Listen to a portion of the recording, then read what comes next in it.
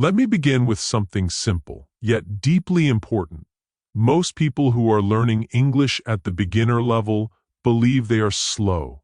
They believe something is wrong with them because they cannot understand fast speech, because native speakers sound unclear, or because their mind freezes when they try to listen. But the truth is very different. The problem is not your intelligence, your memory, or your effort. The problem is the speed at which you are being asked to learn. Language is not learned the way facts are memorized. Language is absorbed. It enters the mind quietly, through repetition, through familiarity, through rhythm.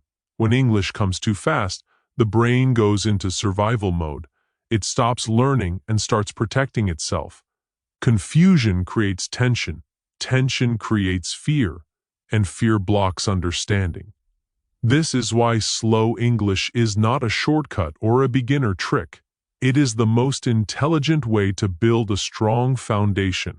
When you listen to slow English, something powerful happens psychologically. Your brain relaxes. It has time to recognize sounds, to connect words, to understand meaning without panic. You are no longer chasing the language. The language comes to you.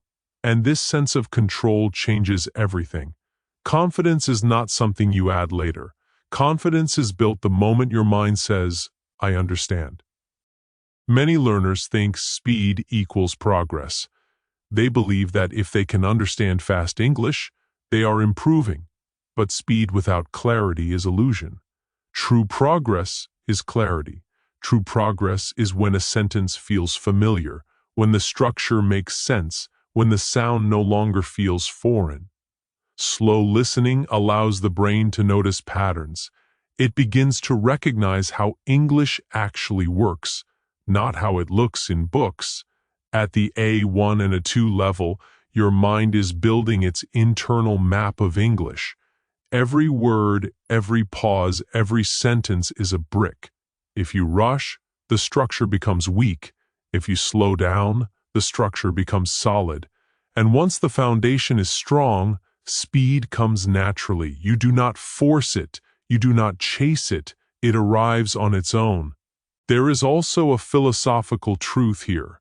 Growth is not aggressive. Growth is patient. Just like a tree does not grow by pulling its branches, your English does not grow by forcing speed.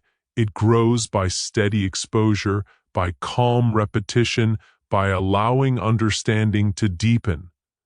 Slow English respects the natural rhythm of learning. It aligns with how the human mind actually evolves. For beginners, slow listening is also an act of self-respect. You are telling yourself, I deserve to understand. I don't need to suffer to improve. This mindset removes shame from learning. You stop comparing yourself to others. You stop feeling behind. You start focusing on your own progress, your own clarity, your own journey. And here is something most people never realize. Slow English trains your thinking.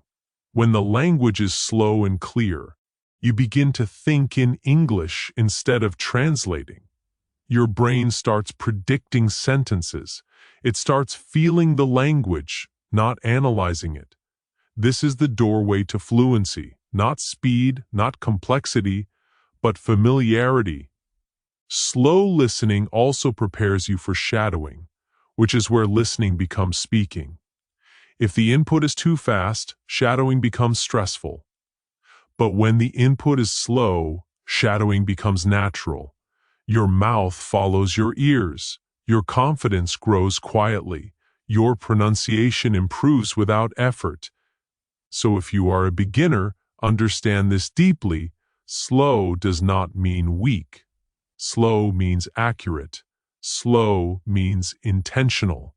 Slow means sustainable. Every fluent speaker you admire once needed slow input, whether they admit it or not. The difference is not talent. The difference is method. Let slow English be your foundation, not your limitation. Listen with patience. Trust the process. Give your mind the space it needs to grow, and it will reward you with clarity, confidence, and fluency far stronger than anything built on speed alone. And remember this one thing as you move forward. When you slow down enough to truly understand, you are no longer learning English, you are becoming an English speaker.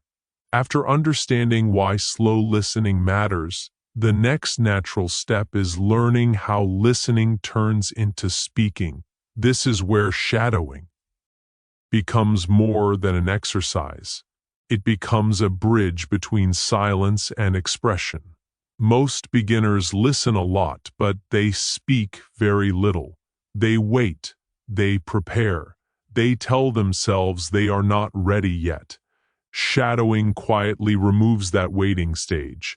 Shadowing means listening and speaking at the same time, or just a moment behind the speaker, but psychologically, it does something much deeper.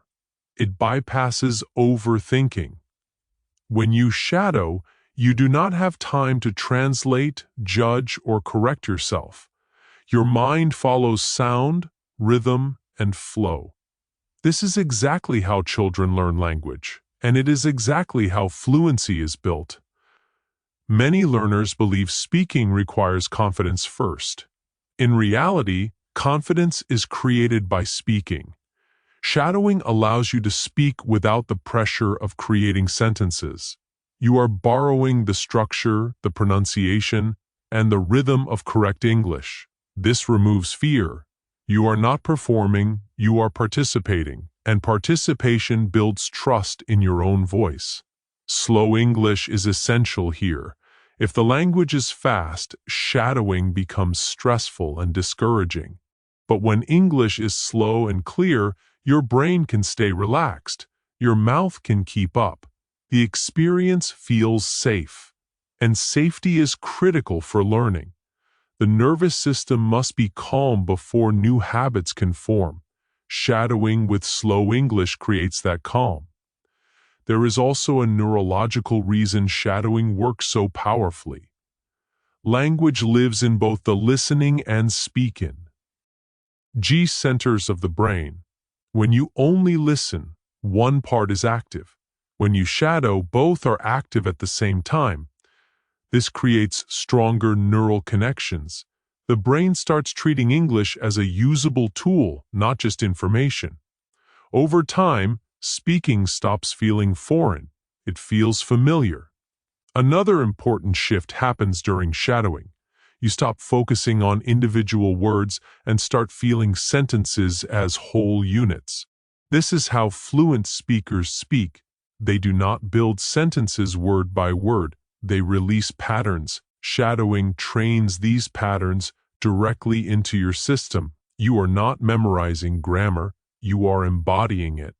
For a 1 and a 2 learners, this is especially important because grammar rules often create confusion and self-doubt. Shadowing does not argue with grammar, it absorbs it.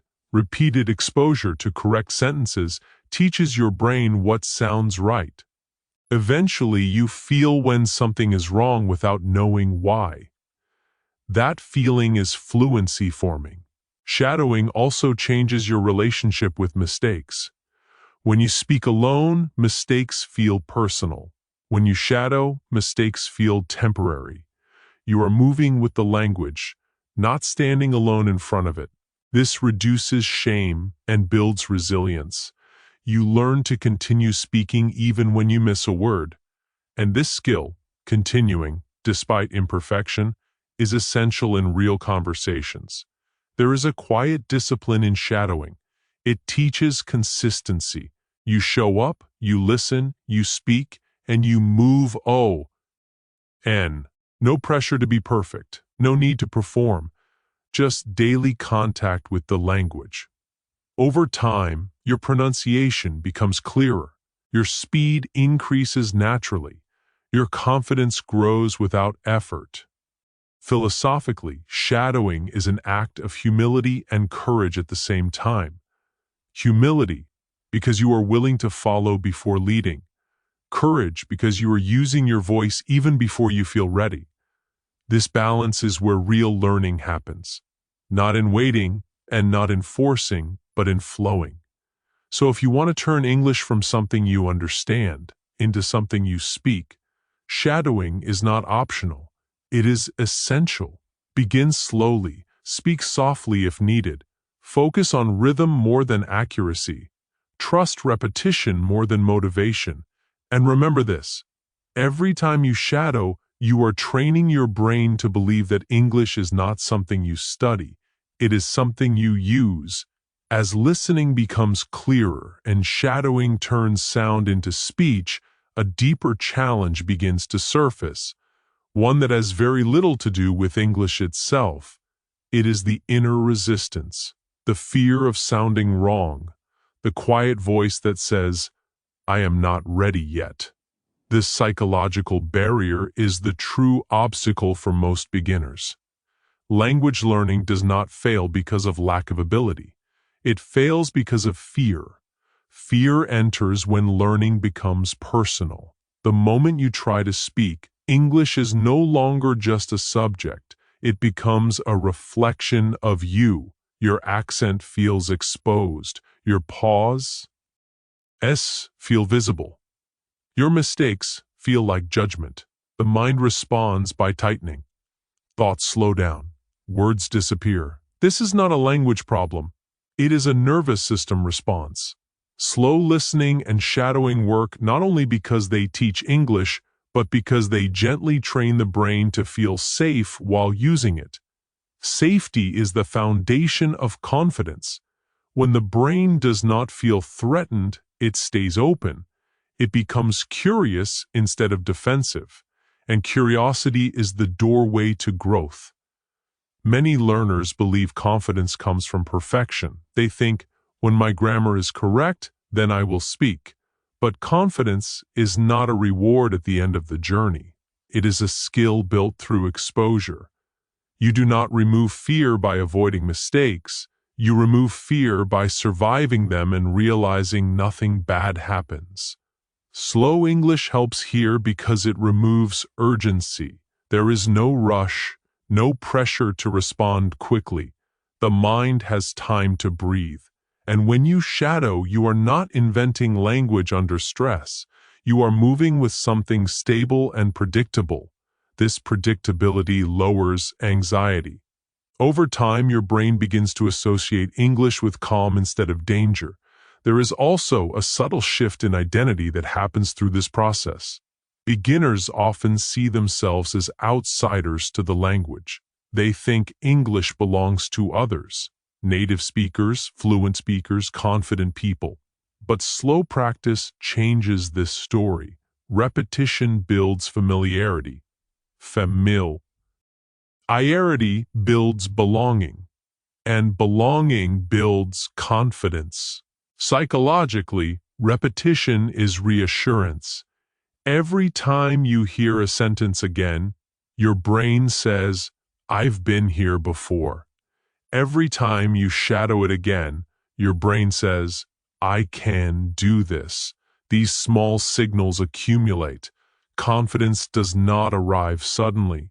It grows quietly, unnoticed, until one day you realize you are speaking without panic. Overthinking is another major barrier. Many learners try to control every word before they speak. They plan, analyze, and correct themselves in real time. This creates mental overload. Shadowing interrupts this habit. It forces the mind to follow sound instead of thought, and in doing so, it teaches an important lesson. Fluency lives in flow, not control. Philosophically, this is a lesson beyond language. Growth happens when you allow yourself to be imperfect in motion, not perfect in stillness. English, like life, responds to participation. You cannot think your way into fluency. You must move your way into it. Shyness also fades with exposure. The voice becomes familiar to your own ears. The sound of English coming from you stops feeling strange. And once your voice feels normal to you, it becomes confident to others. Confidence is not loudness, it is comfort. Slow listening and shadowing create a protected space where mistakes are expected and harmless. In that space, courage grows naturally. You stop asking, "What if I'm wrong?" and start asking, "What comes next?" This shift changes everything. So if you feel stuck, understand this: nothing is broken in you. Your fear is not a weakness. It is a signal that something matters. Work with it, not against it. Slow down, speak gently, repeat often. Let confidence emerge from familiarity, not force. And carry this thought with you. When fear fades, your voice doesn't become perfect, it becomes free. As confidence grows and fear begins to loosen its grip, the final shift is not about learning more English. It is about changing how you see yourself in relation to the language. Most beginners live in a cycle of effort without identity. They study, they practice, they stop, and then they start again. What is missing is not motivation. What is missing is ownership. Daily practice is powerful, but only when it is connected to identity. If you see yourself as someone who is trying to learn English, every break feels like failure. But if you see yourself as someone who uses English every day, practice becomes natural, not forced.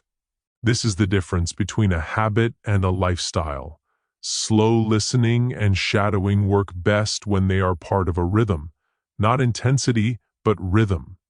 10 or 20 minutes a day consistently reshapes the brain far more than long sessions done occasionally. The mind learns through frequency, not pressure. Each small session tells your brain, "This is part of who I am now." Psychologically, identity-based practice removes decision fatigue. You no longer ask, "Show old I practiced today?" The answer is already decided. Just like you don't ask whether you should brush your teeth, you don't debate English practice, you simply show up. This consistency builds trust in yourself, and self-trust is the deepest form of motivation. There is also a philosophical truth here. We become what we repeatedly do, not what we repeatedly intend. Many learners intend to speak English fluently someday. Few act like English speakers today, but speaking fluently in the future is built by behaving like a speaker now, listening daily, shadowing daily, using your voice daily, even when it feels simple or imperfect. Slow English supports this identity shift because it is sustainable. You are not exhausting yourself. You are integrating English into your life. You can listen while walking, resting, or commuting. You are not sitting in front of a book fighting the language. You are living with it. Over time, this daily exposure changes your internal dialogue. You stop thinking, "I'm bad at English," and start thinking, "English is familiar." Familiarity breeds confidence, and confidence breeds expression. One day you will realize that English thoughts appear without effort. That is not magic. That is identity at work. Shadowing plays a crucial role here as well. When you use your voice every day, even quietly, you reinforce the idea that English is something you do, not something you avoid. Your mouth learns the shapes. Your ears learn the rhythm. Your brain P.S. treating English as foreign territory. Many learners quit not because they are incapable, but because they are inconsistent. And inconsistency often comes from unrealistic expectations. They expect visible results quickly, but language grows underground before it appears above the surface. Daily practice is an act of faith. You do the work before you see the reward. This is where patience becomes power, not passive patience, but active patience, showing up without drama, practicing without emotional highs or lows, just steady contact with the language. This approach builds fluency that lasts, not confidence that collapses under pressure. Eventually, the question changes. You stop asking, "Am I improving?" and start asking, "What do I want to express?" That shift marks the transition from student to speaker. English becomes a tool for thought, not a test to pass. So commit to the identity, not the outcome. Be the person who listens daily. Be the person who shadows calmly. Be the person who trusts the process even when progress feels invisible. And remember this, as you move forward, fluency is not achieved by chasing English. It is achieved by living with it, one quiet, consistent day at a time.